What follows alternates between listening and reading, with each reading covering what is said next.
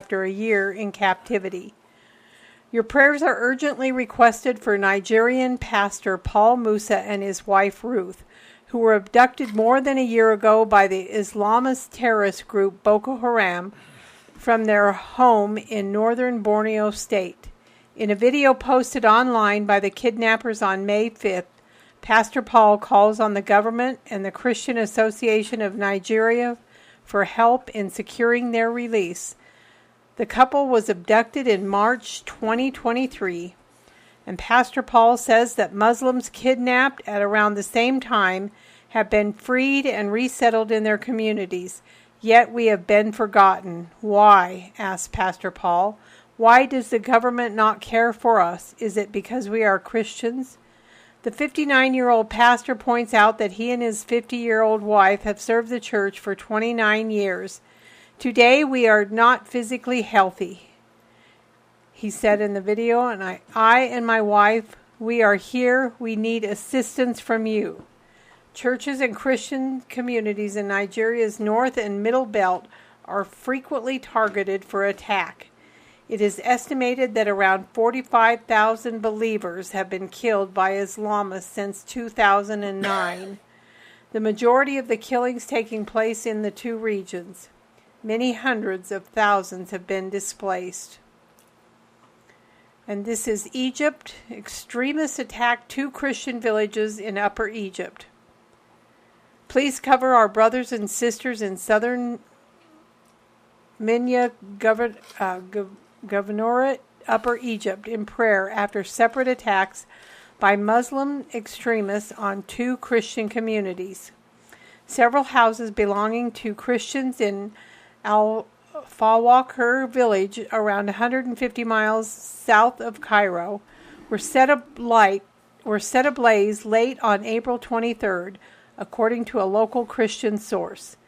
The attack on the village near the city of Samulet were launched in response to an attempt to build a new church. When religious fanatics failed to expel Christians from their homes as a form of punishment, the extremists burned down their houses while they were still inside. The following day, church leader Anba Makarios said on his Facebook page that the authorities had contained the unrest and arrested those responsible. On April 26, Muslim extremists attacked Christians in Al-Qam al-Mahur village after learning that a church had obtained a permit to construct a church building. The security forces moved to the village and the situation was brought under control, and a number of perpetrators were being arrested. And that was a report from a Christian advocacy group. Algeria. Senior church leaders, illegal worship, prison sentence upheld. Please redouble your prayers for Algerian church leader Pastor Yusuf Orahamein, whose 1-year sentence for illegal worship has been upheld by the Court of Appeal in Tizi Ouzou, Algeria, in a verdict released at the end of April. Pastor Yusuf, vice president of the Protestant Church of Algeria, was scheduled to have his second appeal against a prison sentence and a fine heard in the court on March 26. Pastor Yusuf was charged with allegedly holding an unauthorized religious meeting in a building not permitted to be used for religious worship. And you can see that story on Prayer Focus Update, November 2023. The charges relates to Pastor Yusuf's supervision in March 2023 of several Christian families who stayed at a church compound that includes a chapel that has been sealed by the authorities. So remember to pray for our brothers and sisters in these situations.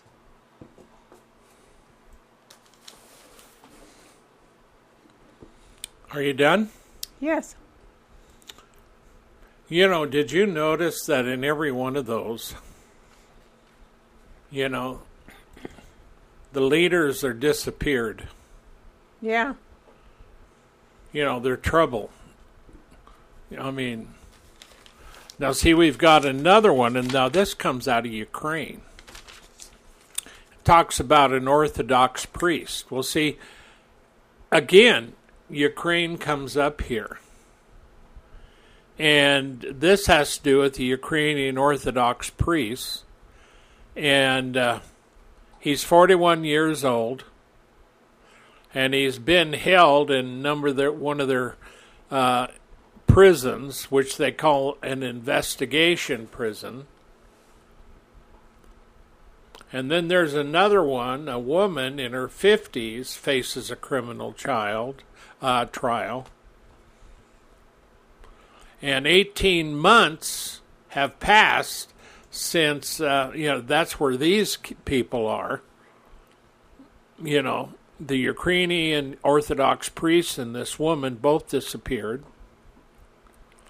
And then you go back a ways, 18 months ago, and Russian occupiers took 2 Greek Catholic priests and they disappeared.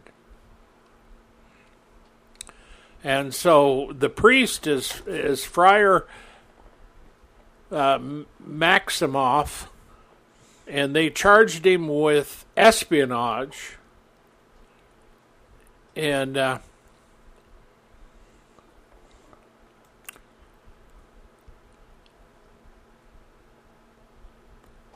so you have a Center for Civil Liberties, and that's what this particular priest had. He was seized May 2023. And he's in the Crimean capital since at least February of 2024. So they don't know if they're going to keep him there and he'll attend a trial by video link. Well, when they do a video link, that's just as good as throwing away the key. Yes, it is. So you really have to pray for Ukraine and for the Christians. We come across this all the time, and there's even more to this story than that. It's a big story, and it has to do with Ukraine and the persecution of Christians there. And in this case, you have Russia, is taking part in this. And matter of fact, we know for a fact that the Russian Orthodox Church has a history of persecuting regular groups of Christians. Mm-hmm. And there's been severe persecution against Christians. Many years ago, it was like that. And, you look at all this, the stuff you were talking about, you have this, and then you look at all the persecution going on anyway. And we are constantly talking about, information that comes to us from groups that are working to help alleviate the persecuted church. And it never ends. Matter of fact, it gets worse. So pray for these things that we're mentioning today, and pray for these people. The thing of it is the world is in turmoil, and personally, this is not going to go away. We are in the end of days, and we're waiting for the return of Christ. And even in America, it's not going to be a piece of cake in America, because America is totally backslid. Matter of fact, it's damnable in many ways. But there are revivals going on here, and there's revivals going on in other places overseas. And we've even CBN ran a story about another big revival. I mean, we're hearing about them all the time. But in spite of the revivals, we continue to have stories like this friar who has been put in jail in 2023, and he's still there. It's no different than what Biden has done with the January 6ers. They've never gone to trial.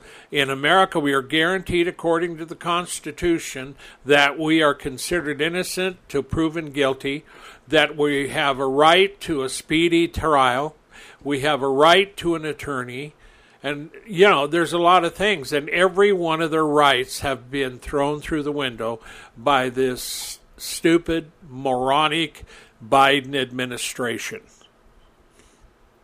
And if you think the Biden administration knows what they're doing, then you're about as full of baloney as they are. And I've heard solid people, people that you would see on TV that are actors and singers. And some of the things they're saying is like, the stuff that comes out of the rear end of some of these animals around here. Nothing but what. And so we've got a lot of liars dressed up, looking nice. They got money. You can't trust them. Bill Gates and his wife, his ex-wife, she's got money. She's voting for Biden because she's got money and all the open borders don't seem to bother her. Well, if they get enough of them here, they're going to bother you. So it's time to wake up, America. We're moving on.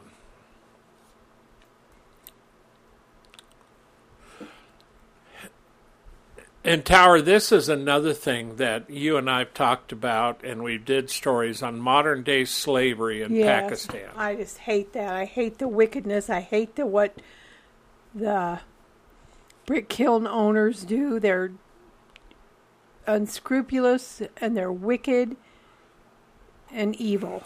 Well, I can tell you, God spoke against usury and the way people are treated.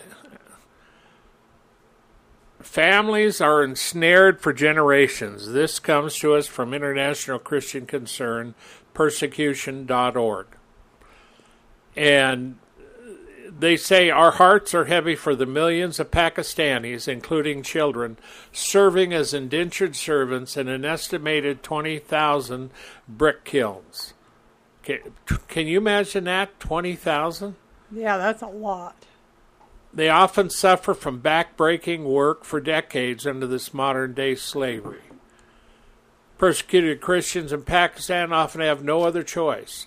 They are marginalized and forced to do the lowest menial work. Many are ensnared for generations in the kilns by unscrupulous owners. We know it breaks God's heart that our brothers and sisters suffer. Now, these are all Christians they're talking about.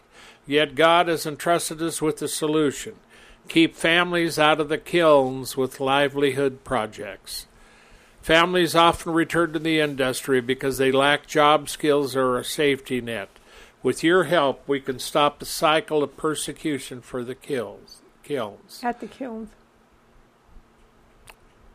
International Christian Concern meets with the freed families and supplies them with livelihoods. Now, we've told you many times about what these are.